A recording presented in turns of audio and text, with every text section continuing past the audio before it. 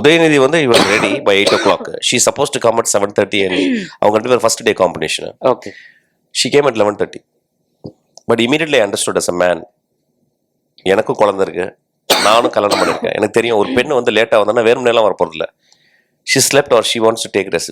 Very understand. நம்மளுக்கு ஈஸியாக தெரியும்ல, நம்ம அம்மா வந்து வீட்டுக்கு ஒதுங்கியிருப்பாங்கல்ல. அப்போ எனக்கு தெரிஞ்சது குழந்தை வீட்டுக்கு ஒதுங்கியிருக்குன்னு தெரிஞ்சிச்சு. ஸோ 11:30 வந்தோம். நான் என்ன பண்ணேன், எல்லா ஷாட்டும் எடுக்கிற ஷாட்டெல்லாம் வந்து உதயநிதிக்கு எடுத்துட்டேன். பட் எல்லாருமே அவங்க எல்லாம் எங்கே வரல ஏன்னா they are all expecting here for first day காம்பினேஷனுக்கு. ஓகே.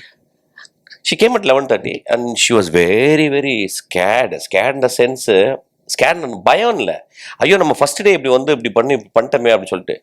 நான் உடனே கரைச்சே எனக்கு தெரிஞ்ச பீரியட் தானே உனக்கு போடி அப்படின்னு சொல்லிட்டேன். உடனே அவள் அப்படியே நிற்கிறா, அப்படியே ஷாக். இதுல ஒரு பெரிய அதிசயம் இல்லை, அவளா இருந்தாலும் நானா இருந்தா, அவள் டேரக்டரா இருந்தா, ஆம்பளை இருந்தா, நான் பொம்பளை இருந்தா அப்படிதான் நடந்திருப்பாரு. அவள் அப்படிதான் பண்ணிருப்பான்னு நினைக்கிறேன். ஸோ அதுக்கப்புறம் நான் சொன்னேன், மறுநாள் நீ வந்து நாளைக்கு நீ 12 மணிக்கு வா அப்படின்னு சொன்னேன்.